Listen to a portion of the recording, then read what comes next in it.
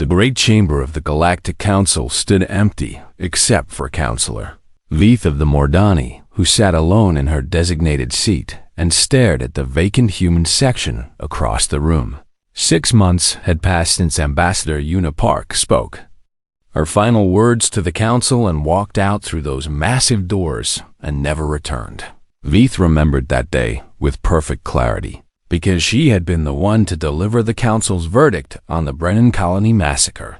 347 human settlers had died when Kreth raiders attacked their farming community on a border world, and the humans had come to the council demanding justice and protection and recognition that their lives mattered. The council had deliberated for less than 1 standard hour before ruling the massacre a simple territorial dispute between 2 minor parties, and they offered humanity nothing except advice to avoid settling in contested regions. Ambassador Park had stood in the center of the chamber with her dark eyes moving slowly across every counselor's face, and Veeth had expected tears or anger or desperate pleading, because that was what humans always did. Instead, Park spoke 7 words in a voice as cold as the void between stars. You will learn what silence costs. Then she turned and walked away, and within 1 standard week, every human in galactic space had packed their belongings and returned to their home systems, and the galaxy had grown quiet in ways that no one anticipated. Veeth had laughed at the time, because what could humanity possibly offer that the great civilizations of the Council could not provide for themselves? The Mordani had traveled between stars for 8,000 years, and the Kreth had built their empire through conquest and strength, and the Veluxi hegemony commanded fleets that could darken the skies of any world. Humanity had arrived only 40 years ago in their primitive ships with their strange emotions and their constant need to be involved in everything, and the council had tolerated them as one might tolerate a persistent but harmless pest. Now Veeth sat alone in the dark chamber because she could not sleep, and because the reports on her data tablet kept her awake with growing dread. The first problems had seemed minor and unconnected. A trading station in the Outer Reach had reported communication difficulties because their translation systems were failing and no one could repair them.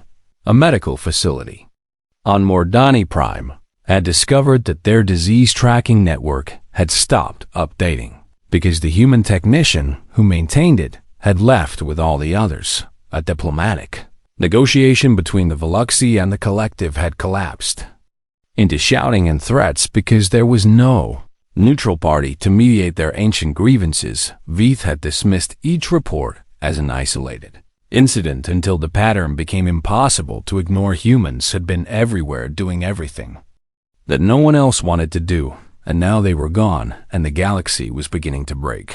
Her tablet chimed with an incoming priority message, and Veeth opened it expecting another minor crisis, but instead she found herself reading a distress signal from the Kreth homeworld. The agricultural systems were failing across their northern continent, and crops were dying in the fields, and millions faced starvation within months, and their engineers could not repair the irrigation networks because the networks had been designed and maintained by human specialists. Veeth read the message 3 times before the full weight of it settled into her thoughts.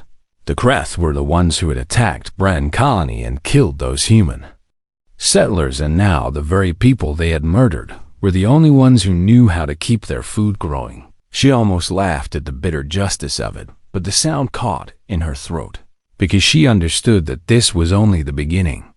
Her tablet chimed again with another distress signal from a different world, and then another, until the alerts came so fast that she stopped trying to read them all. The Veluxi flagship, Eternal Victory, had lost power in deep space because their engine systems contained human-designed components that no Veluxi engineer had ever bothered to understand. A space station in neutral territory was reporting riots because 12 different species could no longer communicate without human translators, and old hatreds were rising to the surface. A research facility had lost decades of scientific data because the human alchemists who maintained their records, had taken their knowledge with them when they left. Veith stood from her seat and walked to the center of the chamber, where ambassadors from 100 worlds had once gathered to shape the destiny of the galaxy. She looked at the human section with its empty chairs and its silent consoles, and she remembered every time she had voted against human petitions for equal treatment. She remembered denying them access to advanced technology because they might misuse it. She remembered blocking their applications for colony rights because they expanded too quickly. She remembered laughing with other counselors about human emotionalism and human fragility and human insignificance. The humans had asked for so little over the years, and the Council had given them even less, and now the galaxy was learning exactly how much those insignificant primitives had contributed to the functioning of interstellar civilization. Veith activated her communication device and sent an urgent summons to the other counselors because they needed to address this crisis immediately, before the entire galactic order collapsed. But even as she composed her message, she knew that the Council had no solution to offer. They could not force the humans to return, because humanity had committed no crime by simply going home, and they could not replace the humans, because no other species had the strange combination of skills and patience and willingness to do thankless work that humans possessed. Ambassador Park had promised that the Council would learn what silence costs, and Veith was beginning to understand that the price would be higher than anyone had imagined. She walked to the observation window and looked out at the stars that had once seemed so full of promise and power, and now she saw only the vast darkness between them and the countless worlds crying out for help that would never come. The humans had not declared war or launched attacks or made demands because they did not need to do any of those things. They had simply stopped, and in their stopping, they had revealed the truth that the Council had refused to see. The galaxy had never valued humanity, and now humanity had shown the galaxy exactly what it had lost. Veith pressed her hand against the cold glass and whispered a question that no one was present to answer. What have we done? The stars offered no response, and the silence stretched on, and somewhere in the distance, the Kreth homeworld burned with hunger, while the architects of their salvation lay buried in unmarked graves. On a world called Brennan Colony, the consequences had only begun to arrive. The Veluxy flagship Eternal Victory drifted through the darkness of space like a corpse floating in an endless ocean, and inside its command deck, Admiral Sorvin stared at his chief engineer with growing fury. Explain to me again why we cannot repair our own engines. The engineer was a veteran of 40 years in the Hegemony fleet, and his scales had faded to pale gray with age. But his hands trembled as he held up a component no larger than his fist. This regulator controls the plasma flow through the primary drive system, and without it, the engines cannot function. And I do not know how it works, because the humans designed it and the humans maintained it, and no one ever asked them to teach. U.S. Sorvin wanted to strike the engineer, but he restrained himself because violence would not restore power to his ship. How long until rescue arrives? 3 weeks at minimum speed, and our life support will fail in 12 days if we cannot restore partial power across the galaxy. Similar scenes played out on warships and trading vessels and passenger transports because human engineers had quietly improved and maintained systems that other species had stopped trying to understand. The humans had never complained about the work because complaining to the Council achieved nothing, and they had never demanded recognition because recognition was always denied, and they had simply done what needed doing until the day they decided to stop. Counselor Veith had spent the past week investigating the true scope of human contributions, and each discovery made her feel more ashamed of her own ignorance. She sat now in her private office on Mordani Prime and reviewed the files that her researchers had compiled, and the numbers were staggering. Humans had served as translators for 63 different species pairs who refused to learn each other's languages out of pride or hatred or simple indifference. Humans had mediated over 4,000 diplomatic disputes in the past 20 years. Because they were considered too weak and unimportant to pose a threat to either side. Humans had maintained infrastructure on 240 worlds because other species viewed such work as beneath their dignity. The Council had built a galactic civilization on a foundation of human labor, and then told themselves that the foundation did not matter. Veith closed the file and buried her face in her hands because she did not know how to fix what the Council had broken. Her door chimed, and she composed herself before granting entry, and the figure who stepped through made her rise from her seat in surprise. Torvax of the Kreth was young by the standards of his warrior species, with scales still bright green and eyes still burning with the fire of youth, but something in his posture spoke of shame rather than pride. Council of Veith, I request permission to speak. She gestured for him to sit because his presence here was unusual enough to warrant her attention, and because the Kreth rarely came to the Mordani for anything. Torvax sat stiffly in the chair across from her desk, and his clawed hands gripped his knees as if he needed something to hold on to. I was at Brennan Colony when the raiders attacked, and I killed humans that day because my commanders told me they were vermin stealing Kreth territory, and I believed them because I was young and stupid and wanted glory. Veith said nothing because she sensed that Torvax needed to speak more than he needed her response.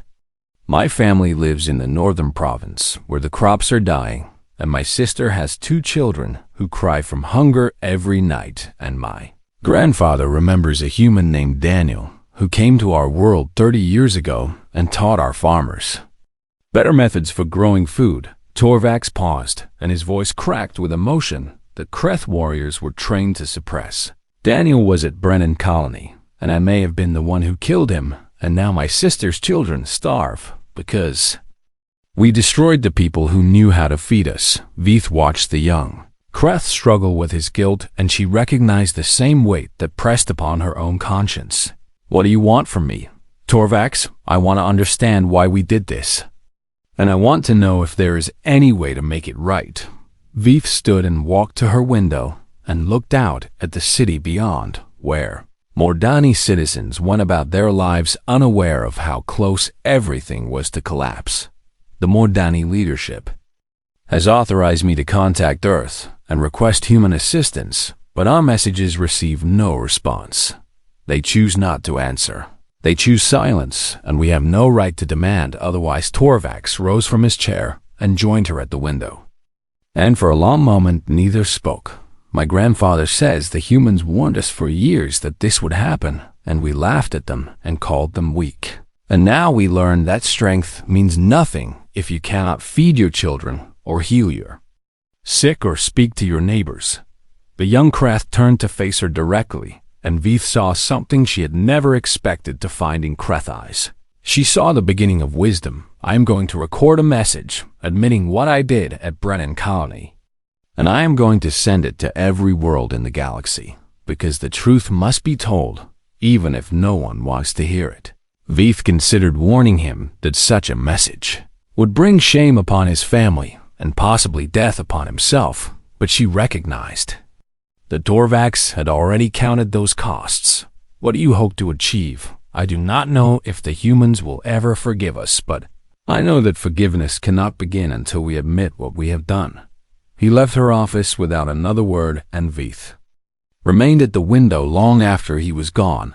That night she received reports of the first shots fired between hegemony and collective vessels at a trading port that humans had kept peaceful for 2 decades. The old hatreds were waking, and there was no one left to stand between ancient enemies. Silence spread across the galaxy, and in that silence the screaming began. The council chamber had become a battlefield without weapons as delegates from the hegemony and the collective screamed accusations at each other across the ancient hall, and Councillor Veith watched helplessly from her seat. You violated our shipping lanes and attacked our merchant vessels. Your merchants were smuggling weapons to our enemies, and we had every right to defend ourselves.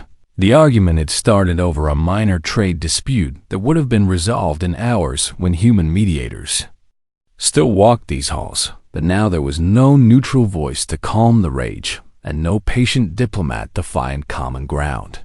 Veith remembered laughing when Ambassador Park complained about the Council treating humanity as a lesser species because the idea had seemed absurd at the time. What did humans have that the great powers of the galaxy lacked? She understood now that the answer was everything that mattered: patience and compassion and the willingness to care about strangers and the strange ability to see value in lives that were not their own. The shouting match ended when the hegemony ambassador stormed out of the chamber, and the collective representative followed moments later, and Veith knew that war between two of the galaxy's oldest civilizations was now a matter of when rather than if. She returned to her office and activated her private terminal and began reviewing files that she had avoided for 6 months because they contained truths she had not wanted to face. The Brennan colony investigation had been sealed by Council order on the grounds of preserving galactic stability, but Veith had authorization to access classified materials, and she used that authorization. Now the first file made her stomach turn. The Kreth raiders who attacked Brennan colony had been armed with military-grade weapons that should have been impossible for irregular forces to obtain, and the serial numbers on those weapons traced back to Council member worlds. Veith dug deeper into the records and found communication logs between Kreth military officials and representatives of 3 Council species who had provided weapons and intelligence and even suggested the timing of the attack. The massacre had not been random violence or territorial dispute. It had been orchestrated by Council members who wanted humanity removed from a region rich in rare minerals, and they had used the Kreth as weapons while keeping their own hands clean. Veith sat back in her chair and tried to process what she had discovered.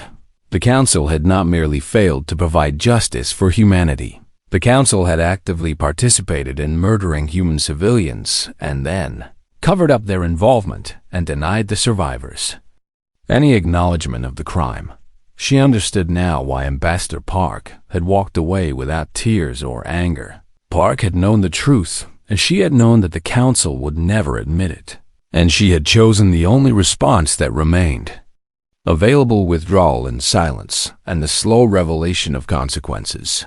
Veith opened another file and found records of human contributions that had been deliberately minimized in official Council documents. A human doctor named Sora Park, who had developed a treatment for the Mordani plague that killed millions, and the Council had credited the discovery to Mordani scientists and given the humans nothing. Human engineers who had rebuilt the Veluxi space station Triumph after a catastrophic accident, and the Council had blamed humans for the original accident and used the incident to justify further restrictions on human activity. Ambassador Jinho Kim, who had spent 20 years advocating for human rights before the Council and who had died of exhaustion and heartbreak without ever seeing his species recognized as equals. 20 years of service, and the Council had not even sent a representative to his memorial. Veith closed the files because she could not bear to read more, and she sat in the darkness of her office and tried to understand how she had allowed herself to participate in such cruelty. Her terminal chimed with an incoming alert, and she opened it expecting another crisis, but instead she found herself reading a message from the edge of Council space. A human ship had appeared at the border, and it carried no weapons and no ambassador and no demands.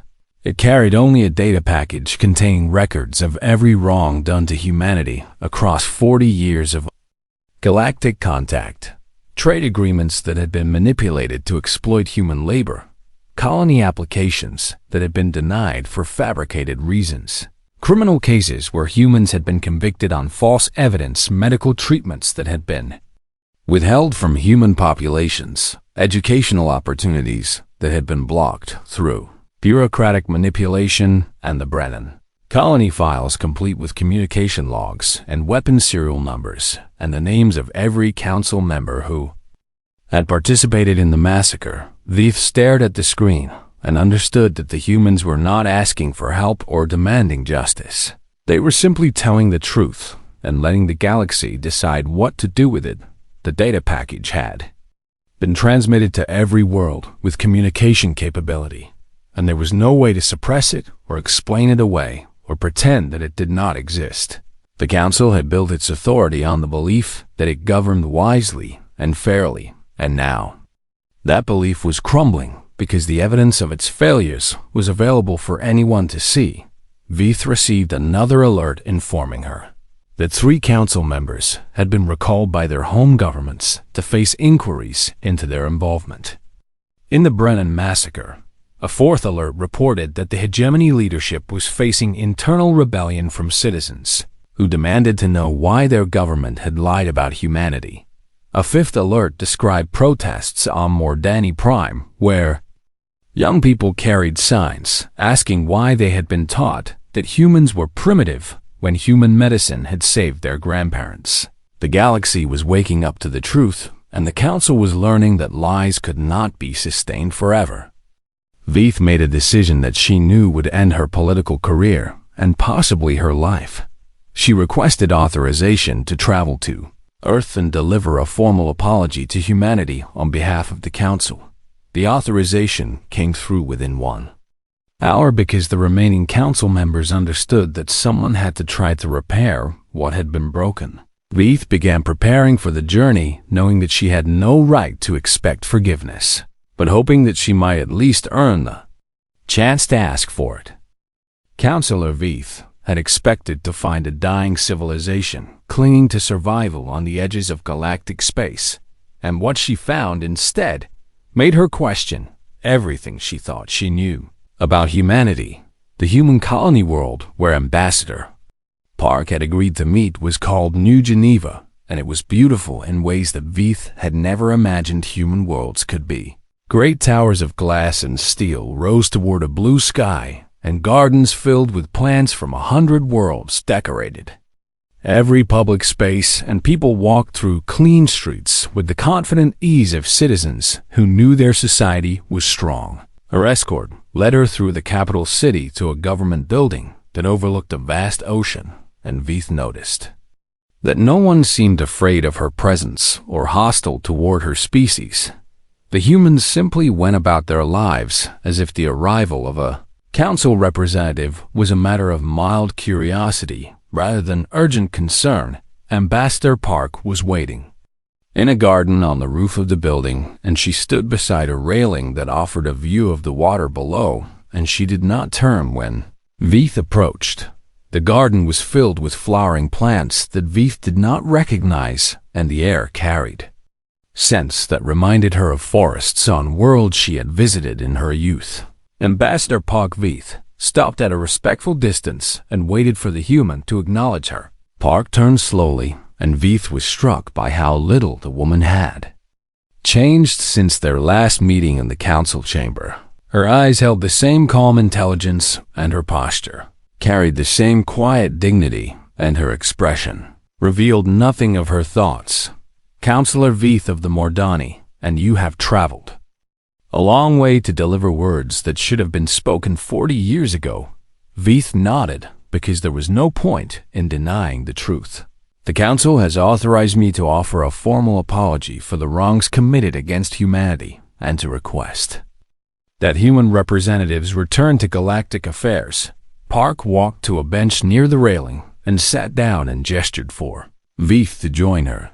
Tell me, Counselor, and why should we return to people who only discovered our value after we left Veith?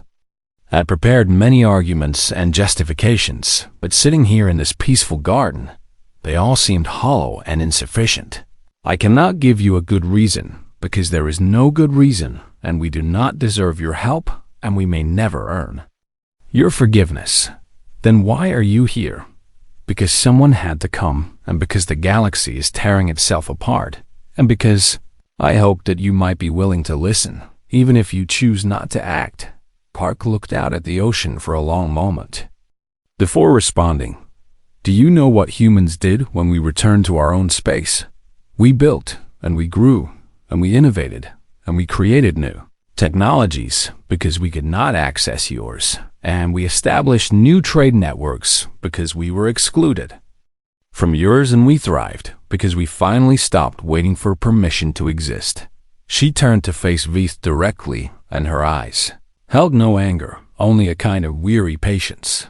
The galaxy told us for 40 years that we were primitive and weak and unnecessary, and we believed it because we wanted to belong, and now we know that we never needed your approval to be worthy. Veith felt the weight of those words because they carried the truth of generations of human suffering. I watched the recording that the young Kreth warrior sent, and I saw him standing in the ruins of Brennan Colony, holding a child's toy and confessing his crimes. Park's voice softened slightly, though her expression remained guarded. Torvax, yes, and he has been working to restore the colony as a memorial, and he will never bring back the people who died there, but he is trying to honor their memory. There are others like him and young people on every world who are questioning what their elders taught them and demanding accountability from their governments. I know, because we have been watching Veith lean forward with sudden hope.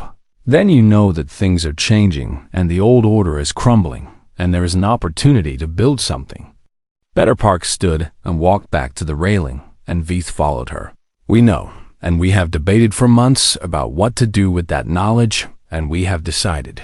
She paused, and Veith held her breath. We will not return to save the galaxy from the consequences of its choices, because that would teach nothing and change nothing. But we will send observers to watch and to witness and to report. If the Council demonstrates genuine reform over time, then we will consider deeper engagement.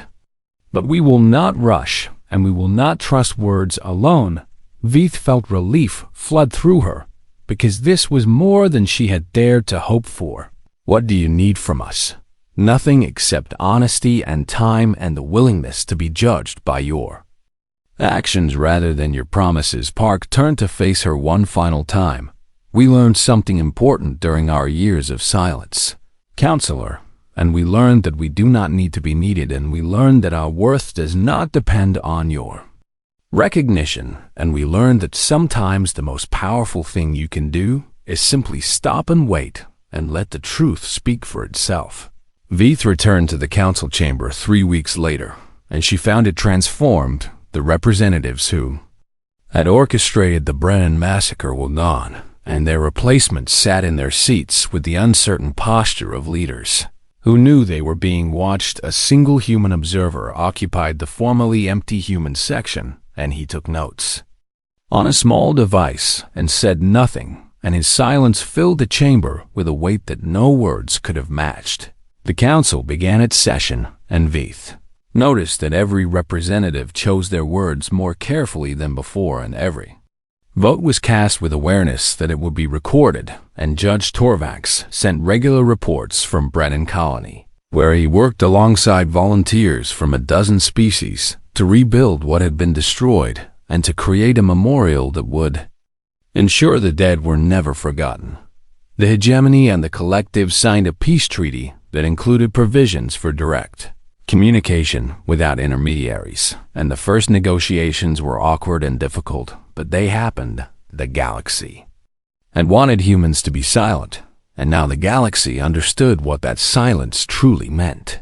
It meant being watched, and it meant being judged, and it meant proving through action that the lessons of the past had finally been learned in her private moments. Veith sometimes wondered if humanity would ever fully return to galactic society, and she suspected that the answer depended entirely on whether the council could become worthy of their presence. Silence, she had learned, was not absence. It was a choice, and choices had consequences, and the consequence of 40 years of cruelty was a future where humanity held all the power simply by choosing whether or not to speak. The stars continued to shine, and the galaxy continued to turn. And in the quiet spaces between worlds, a new era was beginning. Whether it would be an era of reconciliation or continued silence remained to be seen. And that uncertainty, Veith understood, was exactly what humanity intended. The data package could not be contained, and it spread across the galaxy like fire through dry grass and everywhere. It touched the flames of outrage began to burn on Mordani Prime young citizens gathered in the central plaza and demanded answers from their elders, because the records showed that human doctors had saved millions of Mordani lives during the Great Plague, and yet the history books credited Mordani scientists who had done nothing but watch. Why did you lie to us? The question echoed through streets and homes and council chambers as a generation raised on propaganda discovered that everything they had been taught about humanity was false on the Veluxi homeworld families. Watched recordings of human engineers rebuilding the space station triumph, and they saw the same humans being arrested and blamed for the accident they had risked their lives to repair. The hegemony had told its people that humans were dangerous and incompetent, and the recordings proved that the opposite was true. On 100 worlds, the story repeated itself as populations learned that the species they had dismissed and mocked and exploited had been quietly holding civilization together while receiving nothing but contempt in return. Torvak stood in the ruins of Brennan Colony and recorded his confession while the wind carried dust across empty streets that had once been filled with human laughter. I was 19 years old when I came to this place with warriors who told me we were defending Kreth honor, and I believed them because I wanted to believe that killing could be righteous. He walked through the remains of a building that had once been a school, and he found small chairs, sized for human children, and a board, covered with symbols that might have been lessons and toys scattered across the floor, where they had fallen when the attack began. The humans here were farmers and teachers and doctors, and they came to this world because they wanted to build something good, and we destroyed them because our leaders told us they were vermin. He picked up a small stuffed animal that had been burned on one side, but still recognizable as some kind of earth creature, and he held it up to the recording device. A child loved this toy, and that child is dead because of what we did, and no amount of regret will bring them back. Torvak set the toy down gently on a broken desk and continued walking through the settlement until he reached the irrigation systems that had fed the colony and would have fed his own world. If his people had not murdered the engineers who understood them, I found these machines, and I cannot make them work because the knowledge died with the humans who built them, and now my sisters' children go hungry, and I cannot save them any more than I could save the children who died here. He turned to face the recording device directly, and his eyes held none of the pride that Kreth warriors were supposed to display. I am not asking for forgiveness because I do not deserve it, and I am not asking for help because we have no right to expect it. I am asking every person who watches this message to look at what we have done and to ask themselves if this is who we want to be. The message spread across the galaxy within hours, and it was joined by similar confessions from other Kreth who had participated in the raid, and from officials of other species who had been complicit in the Council's crimes. A Mordani administrator admitted that she had denied human medical supplies to border colonies because she believed humans were breeding too quickly. A Veluxi officer confessed that he had falsified evidence to blame humans for the Triumph accident because his superiors ordered him to find a scapegoat. A collective diplomat revealed that she had sabotaged human trade negotiations for decades because her government wanted to keep humanity economically dependent.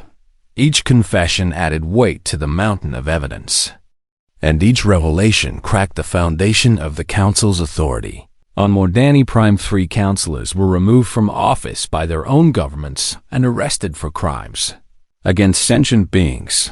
The hegemony leadership faced a vote of no confidence that ended with the entire ruling council being dissolved and replaced by reformers who promised transparency and accountability. The Kreth military command was purged of officers who had known about the weapon sales to the Brennan raiders, and the new commanders issued a formal statement acknowledging Kreth responsibility for the massacre. Councillor Veith watched these developments from her ship as it traveled toward human space, and she felt hope for the first time since the crisis began. The galaxy was changing because the truth had finally been told. And while the change was painful and chaotic, it was also necessary. Her communication officer interrupted her thoughts with an urgent message. Counselor, we are approaching the border of human space, and we have received a response to our diplomatic request. Veith hurried to the bridge and read the message on the main display. The government of United Earth acknowledges receipt of the Council's request for diplomatic.